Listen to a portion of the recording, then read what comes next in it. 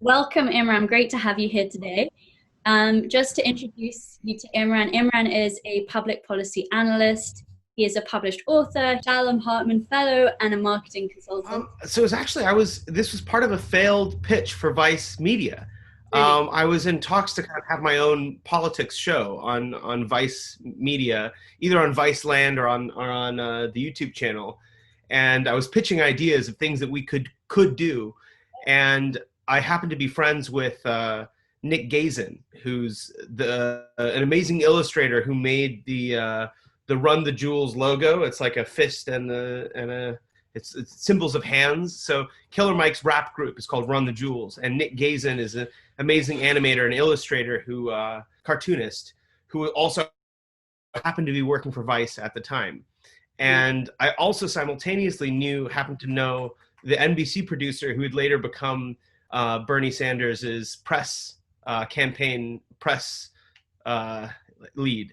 And it was just a matter of basically trying to say, well, we should have a conversation about the TPP, the Trans-Pacific Trade Partnership, which as an economist, I'm very passionate about these things. I get excited about juicy trade policy, but my job at Vice was, how do I get young people to be interested in these things? People who don't necessarily read the newspaper, how do I get them to care about some trade policy and make it relevant to them?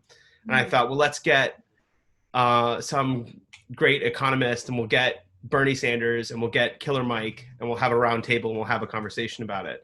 And unfortunately, that never ended up happening. My politics editor got scooped up by the Times, and she left. And then, there was no one I was reporting to anymore, and the whole thing kind of fell apart. But they were still interested in meeting, and so I just sort of set emails on my way out the door, and was just like, hey, you guys should meet and chat all the same. And that ended up being one of the key things that created interest amongst millennials for Bernie as different to Hillary, because she was one of the architects of TPP, and obviously Bernie was one of the opponents of that. And so it really started a conversation, I think, for young people about political possibility that I'd like to think became a big part of that whole movement that we're seeing resonate through the American political landscape even today. Yeah, and I think so. It was a weird, funny little moment, but that's how these things happen. And musicians don't generally delve into politics, but obviously we've seen Kanye West recently saying that he's going to stand for president. So that's an interesting one. But I mean, given the current slate, I wouldn't blame anybody for voting for him. Yeah, exactly. Time at Vice, Vice really prides itself on being in with young people, understanding what's cool, and understanding their psychology. Why is it important for brands and politicians to really understand different generational cohorts, like millennials, Gen Z, Gen Y?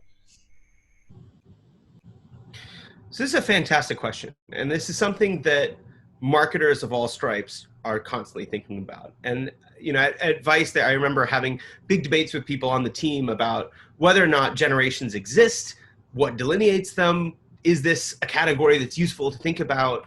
We're Droga 5, the ad agency, they don't really think in demographics, they think in terms of passion areas. And I think that's an interesting way to think about selling an ideological message. But particularly in the context of COVID, I think we're seeing how the breakdown of the information distribution systems has a lot to do with how the current platforms by which we get information are wholly dependent on how attractive seeming their news is, how comfortable, how familiar, how well it fits into your pre-existing mental framework for why the world is the way it is. And I think particularly for young people, if you look at Gen Z and millennials, I think there are some differences that you can speculate the impact of things like the internet and things like the collapse of institutions that were previously unassailable, and now sometimes seem to be non-existent, particularly in America. They've shaped the way that people receive information and think about it, and importantly, it shapes how people feel about information. And one of the things that I'm really passionate about bringing to the fore, and this is just my own theory, is just looking at how these discussions of social justice are being had and how they're being had differently. And I was always someone who's super passionate about social justice. I grew up, I had this very global experience. I grew up in Kuwait. I grew up, my family's English, but I grew up in Arizona as like a young Muslim boy and feeling alien. And in many ways, I was a born anthropologist, being different from everyone around me always. And as a result, I tried to learn about how people thought about the world. And it really surprised me how little the people that surrounded me in high school, for example, seemed to care about America's role in the rest of the world. It seemed to me that almost anywhere you go, if you go and meet some school child in Kenya, they'll know the names of the premiers or prime ministers of their neighboring countries. That's just something that people in other countries do. And I don't know if it's the BBC or, the influence of like a more international idea of media, but it was just really surprising to me that American teens didn't seem to be interested in what was going on beyond the borders of their country. Famously, like Coney 2012 was like this big moment where it was like, oh, America is like, we've got to wake up and make the world better, and Global Citizen and all of these sorts of movements. And yeah, I think that has really shifted. When you look at young people today, it seems that they've just been absolutely assaulted by the collapse of these institutions, historic, unprecedented catastrophes and failures, just like COVID, right? But it's not just COVID, it's 9/11, and it's the war on terror, and it's becoming aware of, the war on drugs and what that's done to us. And it's the collapse of our financial institutions, not once, but twice.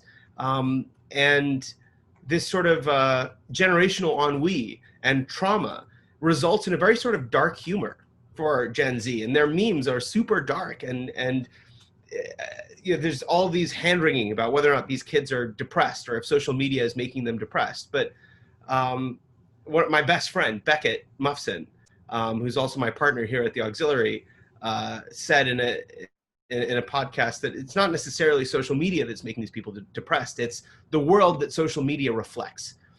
And I think for marketers to understand this is to understand how not to be tone deaf, how not to be opportunistic, and how to actually leverage the dollars they have for their campaigns to genuinely push the needle in the right direction in service of justice, but also in service of brand value. And I think that's now more possible than it's ever been. I think that particularly in the US, brands have replaced the government in many ways, and in the public eye of like what is possible, but also in terms of public policy, in terms of, what choices get decided. Brands have way more votes than individuals have in terms of law. And so I think one of the best and most exciting ways to actually get brands to turn the page on outdated things is to sell them a campaign that they then have to live up to. And I'll give you a great example. I was working on a campaign for Unilever for Dove, and it was all about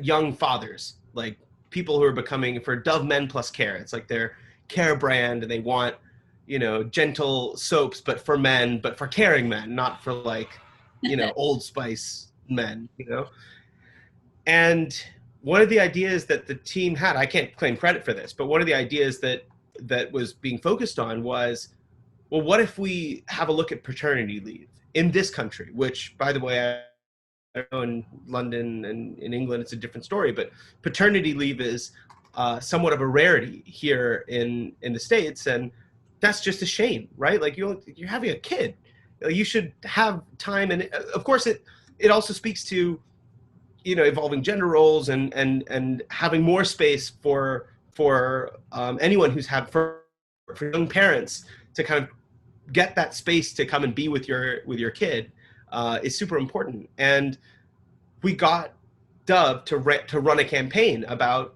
fathers and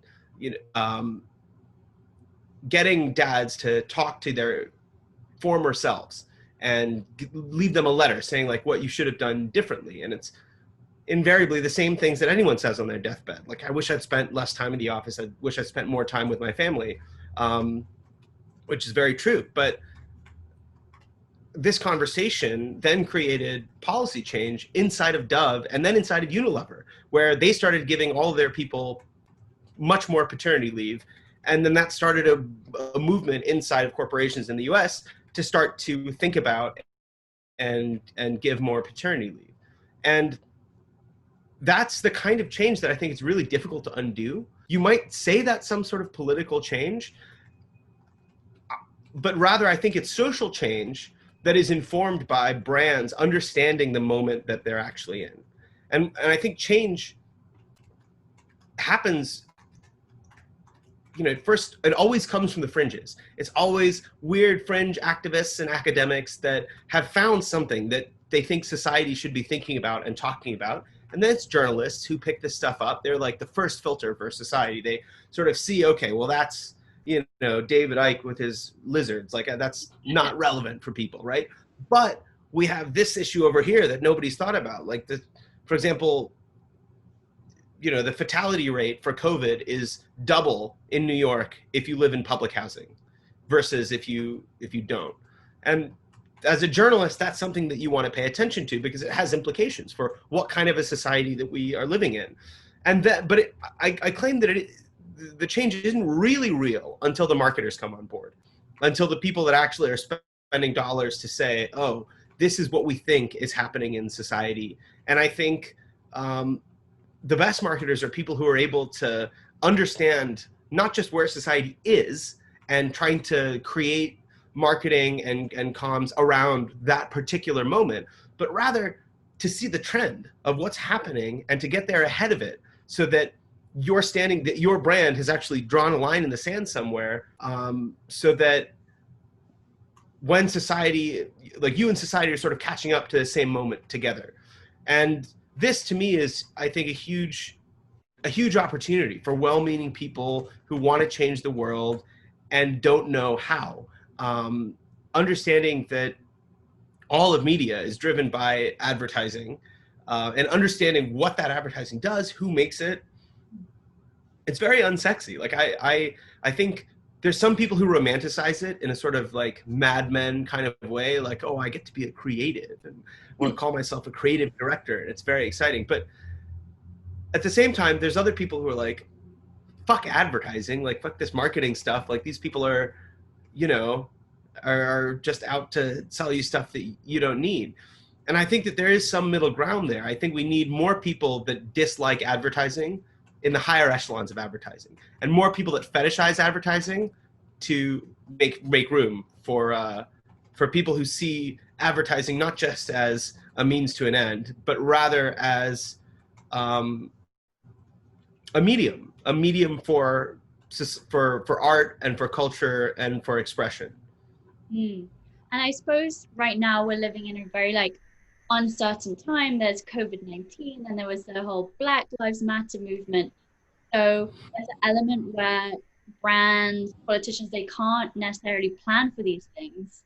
Or in some cases they can be ahead of the curve, but a lot of the time they have to react. What would you say in those circumstances? It can seem inauthentic to jump on the bandwagon and be like, oh yeah, we're supporting, we're in solidarity with this movement or that movement, where it's not genuine, kind of sprung up. What would you say? I think this is one of the most important questions of our time, because, you know, you have like Mark Ritson, whom I love, by the way, saying things like purpose branding is mostly BS.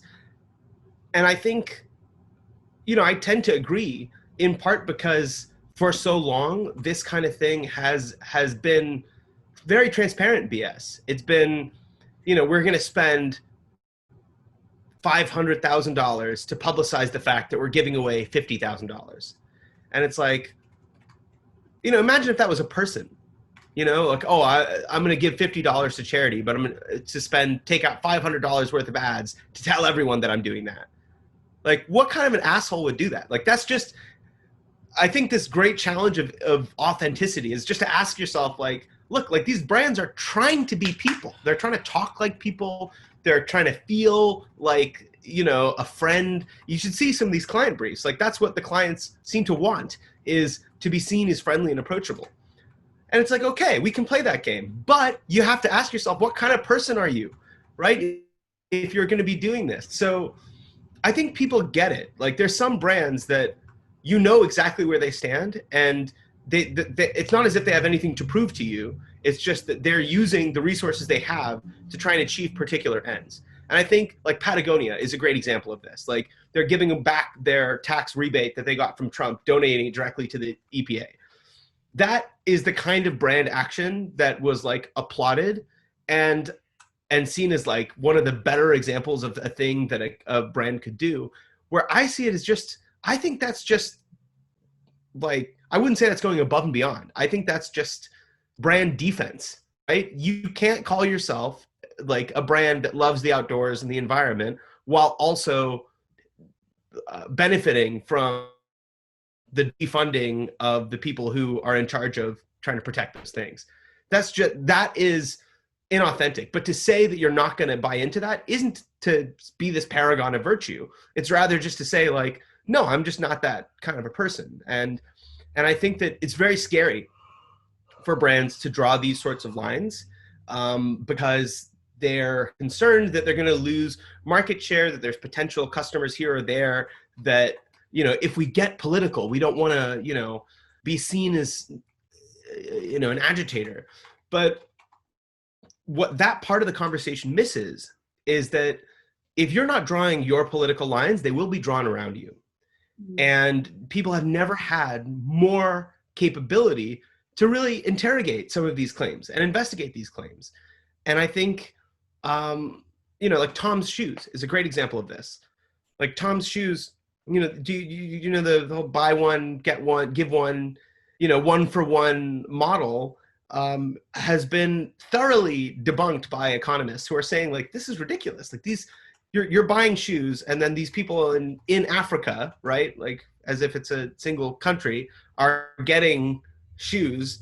But like, do they need shoes? Like, what do they need? Like, why are we doing this? Like, it's functioning purely as a way to sort of what Zizek would call cultural capitalism, like a way to sort of pat yourself on the back in the very act of consumerism. Like, oh, I'm a good person. I better, like, this is how I get redemption for the fact that these things were probably made by slaves, is I'm someone is at least benefiting from this. And I think that has been very attractive to millennials who want to sort of put forth this conscious image, but don't necessarily want to do the work. And I see that changing with younger generations who are just like, I don't care like what kind of shoes you're wearing. It doesn't tell me how good of a person you are. What you say and what you do tells me what you actually believe.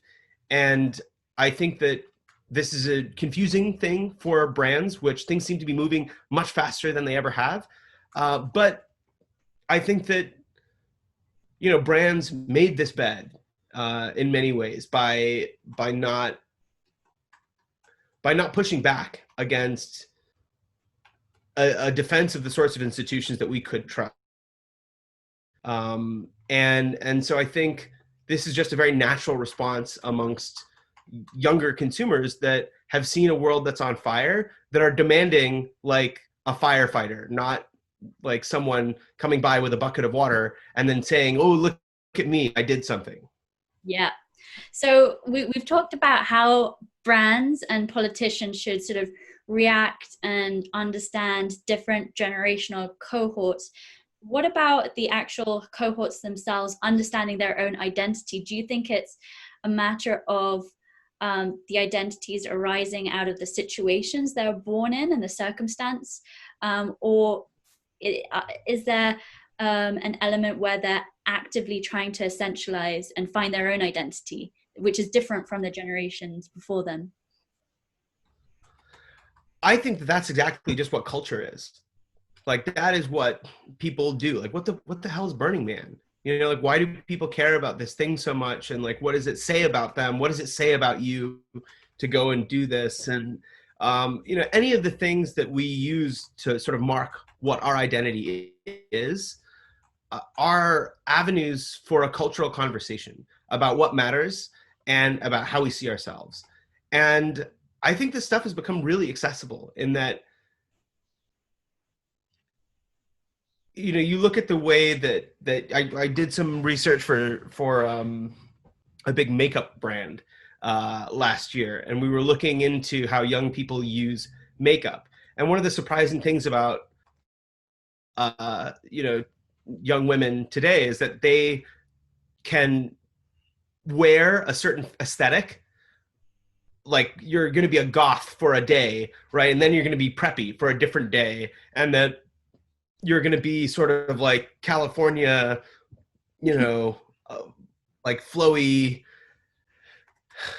like e-girl vibes one day, and you can sort of wear these aesthetics not so much as like a singular marker of identity as perhaps they used to be, right? Like in the high schools of yore, it was you're a jock, or you're a nerd, or you're a this person, right? Like now I think younger people are starting to play with these expectations in very interesting ways, that it's like, no, I don't have to be any one of these things. I can be all of them. I can be none of them.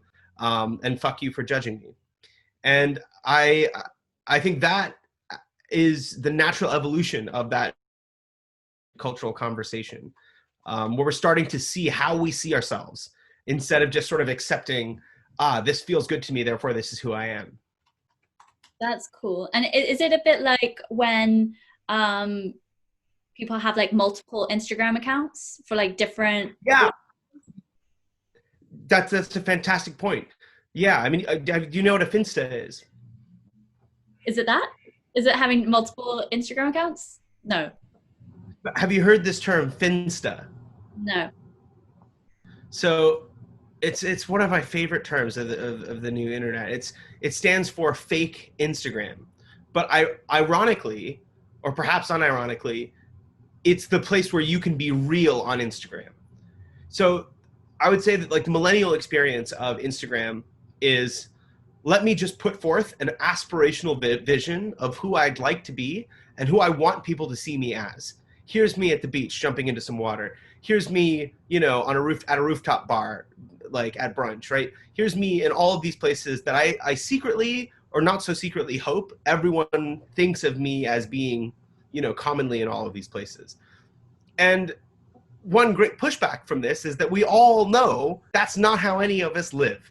And so there is something very fake about that aspirational vision, but it's still something we feel, real social pressure to kind of keep up with. And what's amazing is the concept of a Finsta is, and that's usually open to the public, right? It's this previous one, but a Finsta is different. It's not open to the public. It's secret. It may not have your name in it, and it's private, and you have to be accepted into it. And it's typically a place for friends to just share what's actually going on in their lives with a smaller group of trusted friends. A place for them to be really real, which is, why I say it's a bit ironic that we call it a Finsta or a fake Instagram, when really it's the place where you can say like, oh man, like I'm feeling really depressed today, and my partner said this or that to me, and it's got me feeling this way, or my boss at work told me to do this, or it's really speaking to what it means to be human.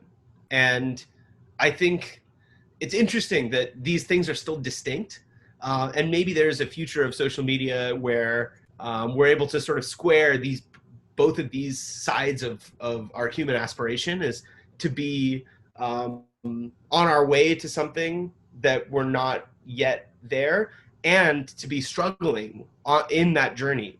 I think self-awareness of that would do us a lot of good. But I could talk about social media all day, so we don't have to go too deep into it. But I think that's great, because I was always worried about younger generations growing up with social media, that it must be so bad for their mental health.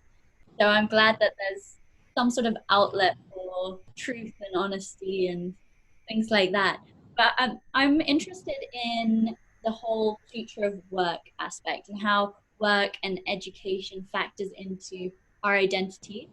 And if I may ask a personal question about Please.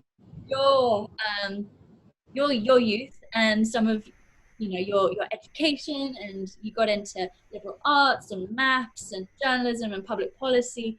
You're obviously a very curious person and wanting to learn a lot. I would love to know what led you to some of those subjects. I mean, I think that it goes back to what I was saying earlier about feeling very alien in Arizona. I worked at the library. My whole family is voracious readers, so it's certainly it's certainly in keeping with the way that I was raised to be very curious. But the other aspect of this, the reason why I got curious in culture, is because growing up in different cultures, I was naturally aware that culture exists and it's different for different people. And if you know its rules, then you understand how to be in a given situation. And this is something that all of us have to learn at some point or another. And some people go, decades of their life but without realizing that fundamental truth. But as a young person, because I had to, I was talking with my friends yesterday about Pokemon. Like, my parents were against Pokemon cards. They didn't like them. They didn't want to spend any money on them. And that necessarily sort of limited the kinds of friendships I could have at a school where everyone was obsessed with Pokemon. So I had to, in order to fit in or even just exist, I had to understand what Pokemon is and why it matters to people, and really try and wrap my head around what all these different individual cultural moments have to do with ideology and politics.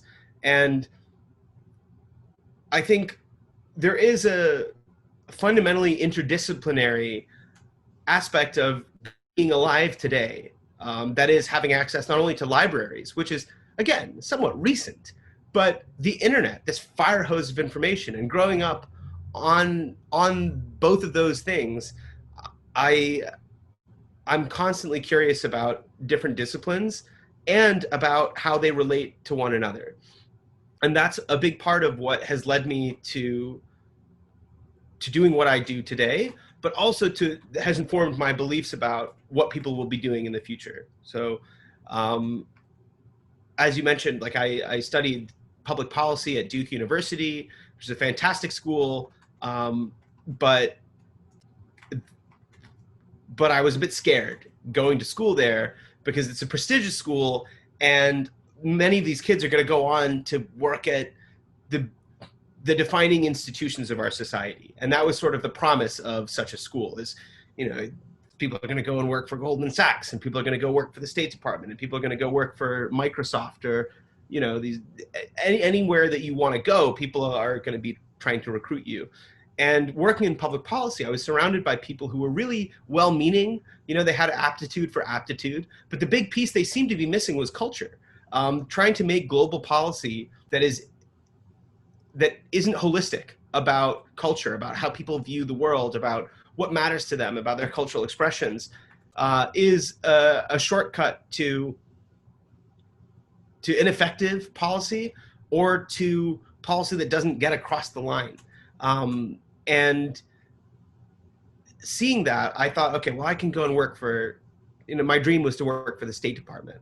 And I'm in rooms with all these people that are also dreaming of working in the State Department, and some of them will.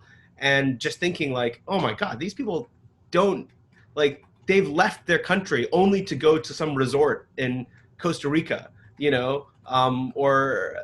or to Mexico, but they haven't had this sort of global experience that can help them understand what the hell is going on. And yet these are the people who are going to inherit the reins of these institutions that go on to, suddenly things clicked for me, like, oh shit, this is why the world is the way it is. It's because, we have these paucities for global exchange that don't stay with us when we come back and we think about the way the world got constructed.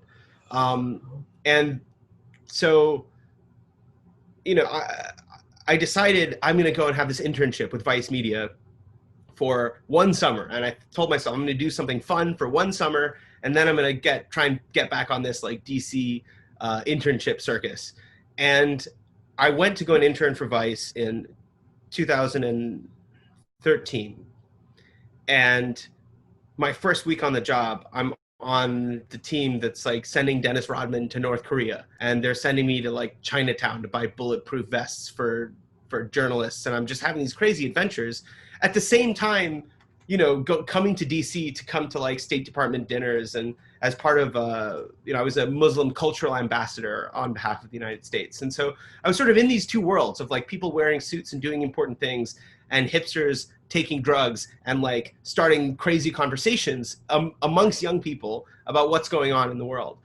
And I just got addicted, basically, not to drugs, but to Vice, and to this idea of like young people basically starting global conversations around weird things that are happening in the world that are informed by culture. And I thought, if only I can get this new generation of young Americans to be invested in what's happening globally, we'll start to make better policy. We'll start to build a more just world. And this, to me, is the key, and still is the key, to fixing some of the systemic problems that we face, is helping to get people excited about learning about policy and culture. And the intersection of all these different things is where I get excited, because I stayed with Vice as a journalist on the HBO team. Then at the very start of Vice News, I was pitching some of these stories, and then Vice Land, the TV channel, started. It's now called Vice TV, and I worked as an associate producer there for a while. And then I switched over to Virtue, which is Vice's in-house advertising agency, where I worked for many years, and as a creative, as a strategist, and finally as a publisher of an insights department that was trying to, again, sell some of these types of thoughts to brands that needed to know how to think about trying to update their brand in light of this current moment in society. And with regards to the future of work, as you mentioned, I think we're living it. Like, this whole COVID has given us this remote work revolution, and my hope is that people will hang on to it. I know it isn't without its challenges, but I think proving that so much work can get done where you don't have anyone looking over your shoulder, you don't have to deal with the sort of like work about work, or like these meetings that nothing happens inside of. So much of what we do is knowledge work, and we can do it sat at home wearing our pajamas with a cup of tea. And what's wrong with that? I think we should be embracing a more human ethic of work, particularly in the States. I think you guys are a bit better about it, but this is my hope, is that we've had the most amazing technological revolution in the history of time, and we're not reaping the benefits.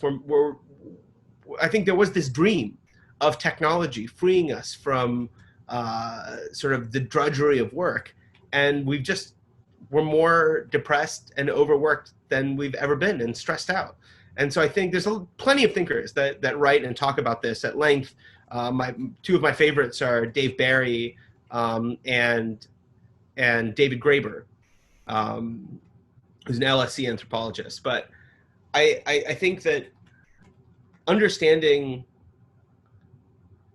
how to give people the fulfillment that they feel, that they yearn for, while also the financial security that we need to survive, I think that's going to be one of the great challenges also for our generation. And I'd like to see us fix it. I think maybe after like COVID-19, we'll probably end up going back to work in our offices just because we miss human connection. But then there might be this moment where people start to actually, I don't know, even protest and like call for more flexible working. Who knows what will happen? It's very exciting.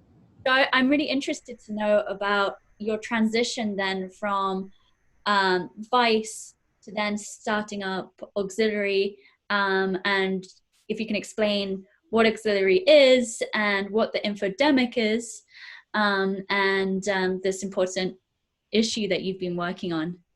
Please. So that's the main thing that I'm very excited to talk about, because this is such a weird time in history, and it just seems like the coronavirus has fundamentally changed the way the world's operating. And at this moment, particularly in the States, it feels like Chernobyl. You know, it's like it's hard to even contextualize what a catastrophe this has been. Like 130,000 people dead now. That's on the order of a 9/11 every 3 days. And yet, the reason why it's spreading is because there's so many people that just don't want to believe it. They want to get back to work, or they don't understand the macroeconomic opportunities that are available. You know, at the same time, you've got someone like Mitt Romney pushing for a universal basic income, which is unprecedented, right? Like to have Republicans, well, I suppose it's not unprecedented. Nixon was for a UBI. But in any case, it's a weird political moment where it seems like everything has changed. And all of this is to say that when I was at Vice, I did some documentaries about Zika, and I interviewed people at the CDC, and I'm curious about, you know, my country and you know, some of the existential threats that it's facing. And one of those is, and has been, pandemic preparedness. And so once coronavirus started becoming more of a conversation in February, even in December, me and my friends were talking about it, but even in February, it started to seem like, okay, this is happening in the States, and people didn't want to talk about it. And I was just like, this is it. I'm getting out of New York City. I don't want to be here when a quarantine happens. And I know the most effective quarantines, you can't tell people we are going to be having a quarantine in 2 weeks' time. Like you just kind of do it, because if people try and escape it without being tested first, then they can inadvertently spread it. And I didn't want to be a part of that either. So I just said, let's get out of New York City as soon as possible. And very early on in March, I said to my girlfriend and my best friend, Beckett, let's go upstate and spend a couple weeks with our friend Tom, who has a sheep farm up there. And we'll just, worst comes to worst, it'll be a little upstate work from home vacation kind of thing. But in the best case scenario, it might just save us. And we left everything, you know, we left everything in our apartments. We did some packing up. We took a bag each, and we just went upstate that same day to my friend Tom's house. And I was doing some contracting for an agency in New York, work from home type of thing. And, you know, my friends were all working from home already due to coronavirus, but we just said, let's get out. And as soon as we did, that's when New York started to explode. And it became, not even New York, but like my neighborhood became the epicenter of the epicenter of the epicenter globally. And that was just this terrifying thing where I felt like I had called it, you know, I felt like Noah, you know, saying like, hey, the sky's going to fall. And then it did. And, wow, you know, we were just so happy to be personally safe. And we started to think like, okay, we're personally safe. What can we do to fight this thing? And the friend that we were staying with is a medic and a volunteer disaster relief kind of person. And they were on a call with all sorts of disaster relief experts from around the country. We're the sorts of people who are going to go into Hurricane Katrina or Port-au-Prince during the earthquakes, sort of Palestine, and give direct aid to people who need it. And these are hardcore people, right? These are not scared people. And yet on this call, there was so much desperation because people, these are these disaster relief experts, right? And you would hope that they would be the kind of people you want to talk to. And they are, by the way, but the point I'm making is that they were just taken aback by coronavirus. We didn't even know how to give aid to people, get groceries for people without potentially spreading the virus. And the one thing we could think to do is try to echo, you know, wear a mask, stay indoors. And this is in fact before people even were saying wear a mask. It was just stay indoors, right? And knowing what I know about pandemics, I knew, wow, we really need to make sure that people see this message very quickly and trust it and believe it. Otherwise, it's going to get out of control. And sure enough, you know, the CDC, which most Americans had never heard of, right? And governments are putting out these sort of messages that are like, stay indoors, like it's a you know, Mitchell and Webb sketch. And I don't think they were speaking the language of American consumerism. As someone who's basically an ideological salesman, it's my job to kind of get people to pick up particular ideas, whether it's for a brand or as part of journalism. And there's so much sophistication in that marketplace now. You can't just say, we're the government, here's our message, and expect people to listen. And so I realized, what if we created ads? What if we created actual Instagram ads that were intended to get people to stay home? Something that was actually meant with the different demographics and end consumers in mind, and not just like these blanket messages. And I decided to basically leave the consulting opportunity, which was, in some ways I a little bit regret, because it was, a good job and the pay was good. But I decided to leave that and just start my own agency called The Auxiliary, named after, famous auxiliaries during World War II, of like people getting together and, they're not actually soldiers, but they're getting together and doing the kind of work that helps ultimately win the war. Inspired by people like Alan Turing, who, like, this is our war. That's how I felt. Like, this is our war. This is our country's asking these things of us. Our world is asking these things of us. We need to stand up and fight for it. But, you had someone like Alan Turing, who was a bit of a weirdo, he's a hero, but he was seen to be a bit of a strange guy. And yet this was the thing that arguably more than any other thing won the war. And I was just curious, like, what is going to be the coronavirus version of that? And I just thought, anything we can do to kind of create sophisticated messaging that even uses people's particular framings. We started holding hackathons where we would get all sorts of creatives together to make campaigns, designers, strategists, creative directors, from really good agencies. And we would also recruit people from, academics, disinformation experts, people from, the Defense Intelligence Agency, people who understand state-sponsored propaganda, people from the social media networks and platforms, people who understand how social media works, and then also getting medical experts and people from the American College of Medical Quality, Stanford Medicine, Johns Hopkins. And I was just thinking, like, what if we got all these people together, gave them resources, and said, okay, let's fight COVID together. Let's fight the ideological battle for hearts and minds. Let's figure out how to make a remain indoors and wear a mask message attractive to a Trump voter in Ohio, right? That's the kind of thinking that I think is the stuff that's being left on the table by all sorts of people. And I just thought, like, that this is, in my mind, what I had always wanted to start an agency, a sort of like Sherlock and Holmes cultural detective agency, right? But I couldn't think of a better time than right then. And thank God, my best friend, Beckett Muffson, who was the top traffic reporter at Vice for years, and also my quarantine buddy, decided to quit his job and join me as my COO. And since then, we've just been basically trying to fight COVID full time and working to develop a number of different projects. It's sort of like Meow Wolf meets the CIA. We've got lots of little cells in different places working on different creative projects. I'd love to speak to you about some of these projects that we're working on right now. And of course, Francesca, that's how we met. You were one of these projects yourself. Yeah, exactly. So I'd love to know more about some of these projects that have come out of your hackathons, and also how people can kind of get involved if you're doing more hackathons, and after the hackathon, because there's like a beginning and an end, so usually over a 2-week process. What does that look like after that actual hackathon? So it's a fantastic question, and we're brand new and we're learning as we go. But out of that first hackathon, we got a whole campaign that were made over the course of a single weekend that are designed for different demographics to solve particular problems that we got from epidemiologists. Namely, young people are going and, they might not be going out to bars, but they're going and having house parties. So how do we reinforce this amongst young people in urban areas, right?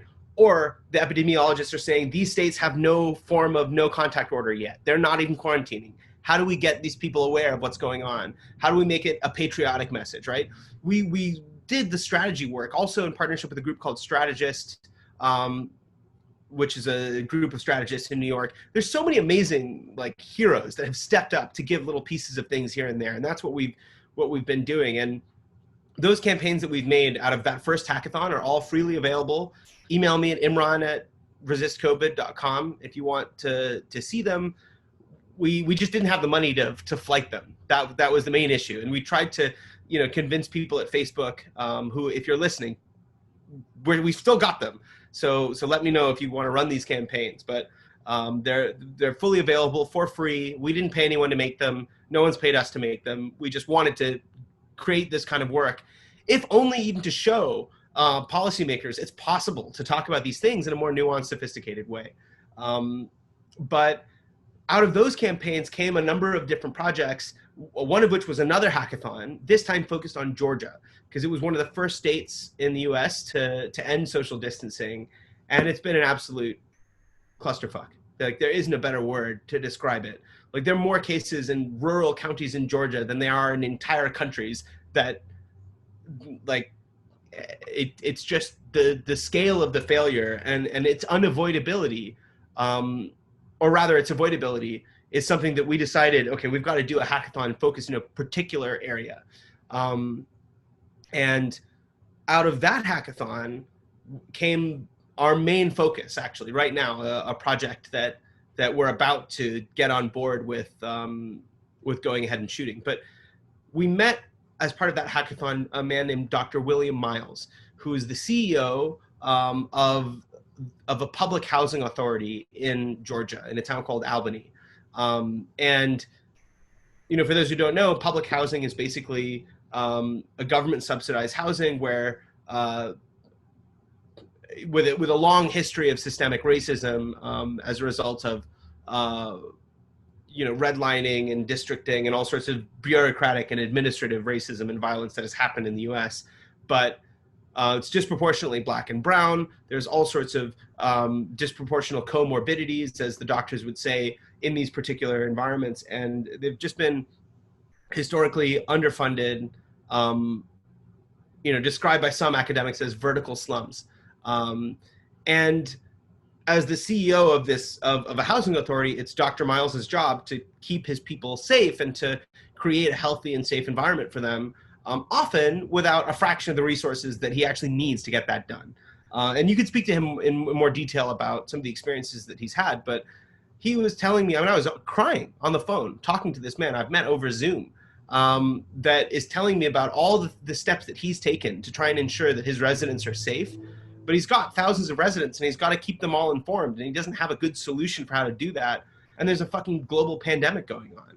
And so I thought, we've got to do something to help. And as part of the hackathon, we also met with this company called YouGoRound, which is an app on your phone that will give you authoritative health updates anytime something happens. And it's very cool. It's way better than the kind of SMS emergency alert systems that we have that aren't granular or 21st century enough. And we convinced him to offer this warn and inform app to these people in public housing. And now our plan, and now Dr. Miles has contracted us off the back of that hackathon that we did to run a marketing campaign to get all of his residents to download this app, sign up to it, and train him and his people to be able to push them authoritative updates, so that as the case count explodes in Georgia, I'd like to see the fatality rate and the transmission rate really drop in public housing, because people know exactly what to do, how to do it, how to get the resources they need instantly. And in New York, which was a massive epicenter, thank God, things have seemed to get better, but in New York, in the New York Public Housing Authority, the fatality rate for COVID was double that of the general population. And that's just unacceptable to me. And so our plan is to actually drive down to Georgia, which is scary because it's a hot zone now, but we're going to drive down, we're going to wear proper PPE, we're going to interview people, do the strategy piece, and then create campaigns inside that community featuring the local people there as talent, to get people to download this app, which hopefully will keep people safe, informed, and break through this ridiculous clutter of media that is really the main thing that's confusing us and distracting us from the medical guidelines that we need to be following in order to get a handle on this. And my dream is to create a world where every public housing resident is amongst the most informed people on the coronavirus in general. And if we can produce that world, I think it'll really change the world, particularly in the US. That's so interesting because we're all so super like connected now to this global network of information, but it's very conflicting. But kind of what I've been hearing is that in order to have a localized campaign, it's not even a question of localizing ads, it's actually physically going in person and having a community person who's representative of that area, who everyone knows. So the importance of community seems key in this, to actually solving some of these issues. Yeah. I mean, you put your finger right on it. Like, people are getting medical advice from, Dr. Anthony Fauci, who, I think is a hero, but at the same time, there's all sorts of conspiracies floating around, and he seems like this DC, well-to-do person, and he may not speak with the accent that you have, he may not look like you, or, have anything to do with you. And so I don't really blame people for not trusting him, given how much active disinformation and misinformation is out there, given that we've never had, we're at historic low levels of trust in our government. We're at historic low levels of trust in our media. We've never had more media outlets and less trust in them. And of course, we have a big skepticism of science in the United States, which I think is really dangerous. But I think in order to break through that, you just need to make sure that these messages are coming from people within the community that you trust, that also agree with it, right? They just aren't sophisticated at using messaging platforms. Like your local Department of Health, every day they're looking out to try and make sure you and your community is in the best health it can be. That's their job. We have departments for this, but they're nowhere near as good at using Twitter as like your teenage kids. And that right there is the problem. But also, these platforms weren't made for this, right? Like Facebook, Twitter, these social media platforms were made to monetize your attention, to sell your own identity right back to you. They're not made really for distributing critical information. And that isn't to say they can't be used for that, but it is to say, for example, like the reason we're doing this is because in Albany, if you look in Albany, like the city of Albany has a Twitter page, right? But the percentage of people who follow that Twitter page relative to the whole share of the population is minuscule. And then if you consider the fact that most of the people who follow the city of Albany on Twitter also probably follow LeBron James or Donald Trump or Kim Kardashian or Fox News or Vice or any of these other media outlets that are posting more consistently, so the algorithm ranks them higher. It's very easy to see how the local community level of informational transference is a big challenge. I mean, even today, like people are using email for this kind of thing, and like we're under assault from our inboxes all day, and it just seems hard to break through the noise. And that's why we want to use a distinct platform called YouGoRound to kind of reach people directly. But really the hope is to battle the infodemic, as the WHO calls it, to battle this problem of trying to get people information that is credible, that they can also trust and follow the guidelines. If we do that, I also think this is the proving ground for liberty itself, for this American idea of individualism. And like we've seen how China dealt with this. They welded their people into homes in order to prevent coronavirus from spreading. And you know what? It worked. They got a handle on this, and they're doing generally much better than the US is doing. So I think, not just in the 5 to 10 year battle, but in the 50, 100, 200 year battle of competing ideologies, I think if you believe in individual liberties, if you believe that people should have choices and be able to make informed choices, you've got to give them an opportunity to be informed. And I think this is really the chance for America to say, okay, we got a handle on this by keeping our people informed with the right information so that they in turn made the right choices. And that, to me, is the only way to kind of save this American vision of individualism and liberty in the face of a changing world. And I want to reactivate this kind of conservative sentiment of, we've got to stand up for this thing. Because at the moment, if you look at even the way that conservatism has changed in the United States, it seems very opportunistic and very short term. And if you remember, like, these conservatives of yore who are more concerned with like this battle of ideologies, and then you think about that question in light of COVID, no matter if you're a liberal or if you're a conservative, if you're on the West Coast or the East Coast or the middle of the country, no matter who you are, it's on all of us to fight COVID, and to do so by policing bad information out of our social networks, and by making sure that our friends and our family, the change starts with us, that we're following the medical guidelines, we understand what they are, we understand making sure that our family knows what they are. We're fighting the opportunist misinformation merchants, the people who are trying to make a buck off of your ignorance, trying to sell you all sorts of supplements or, tell you to drink this or that, when, if there was a real solution to this, we would see it. Countries would be trying it. And that's the whole point of science, is empiricism.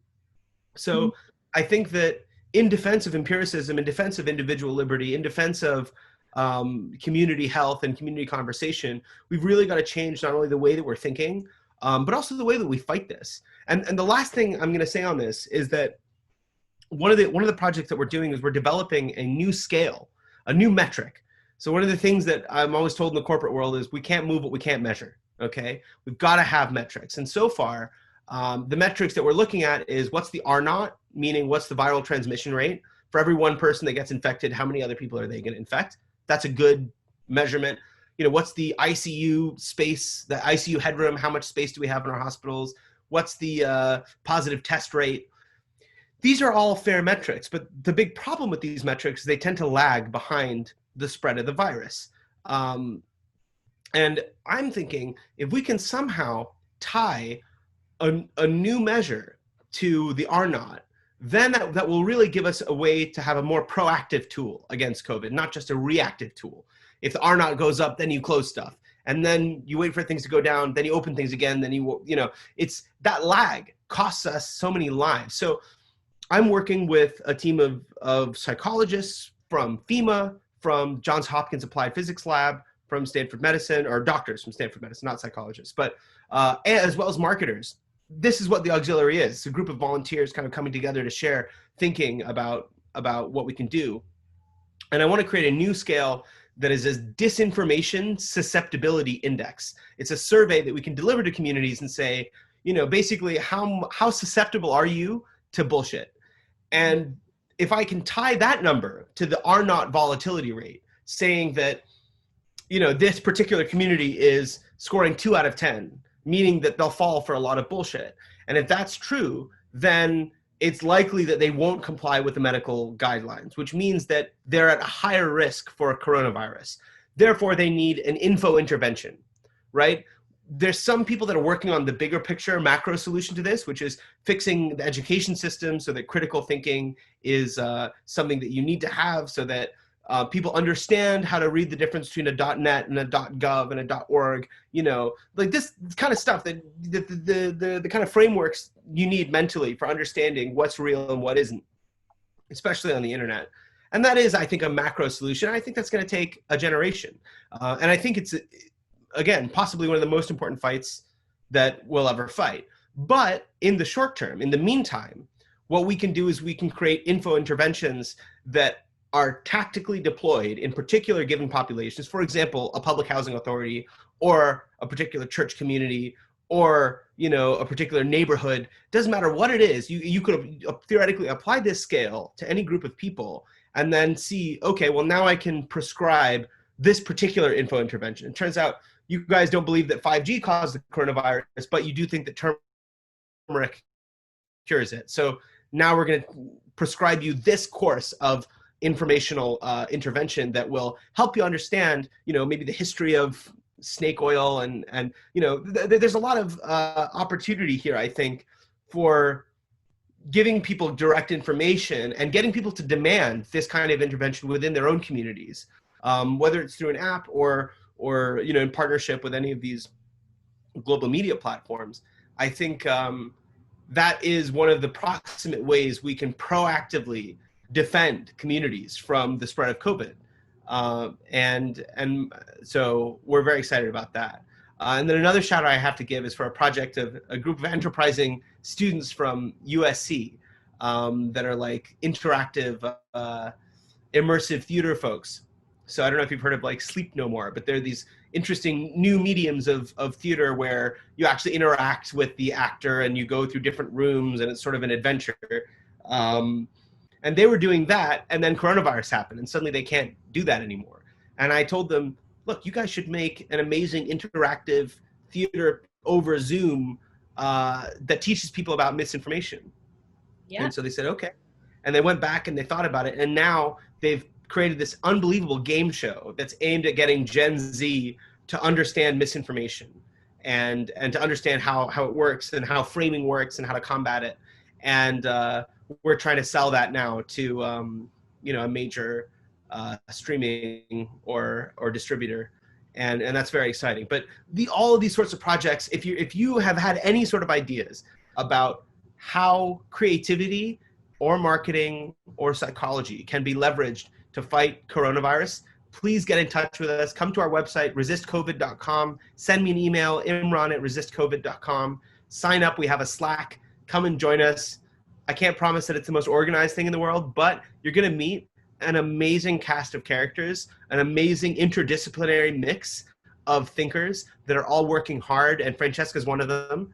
They're all working hard to think about what can we do, whoever we are, to create cultural moments, to create programs, to create policies and apps or whatever it is that fights coronavirus on the cutting edge. And in the information space, not just in the hospital.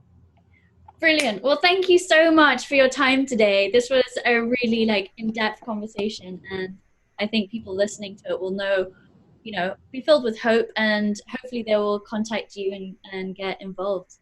I hope so. Thank you so much for having me, Francesca. You're such an inspiration.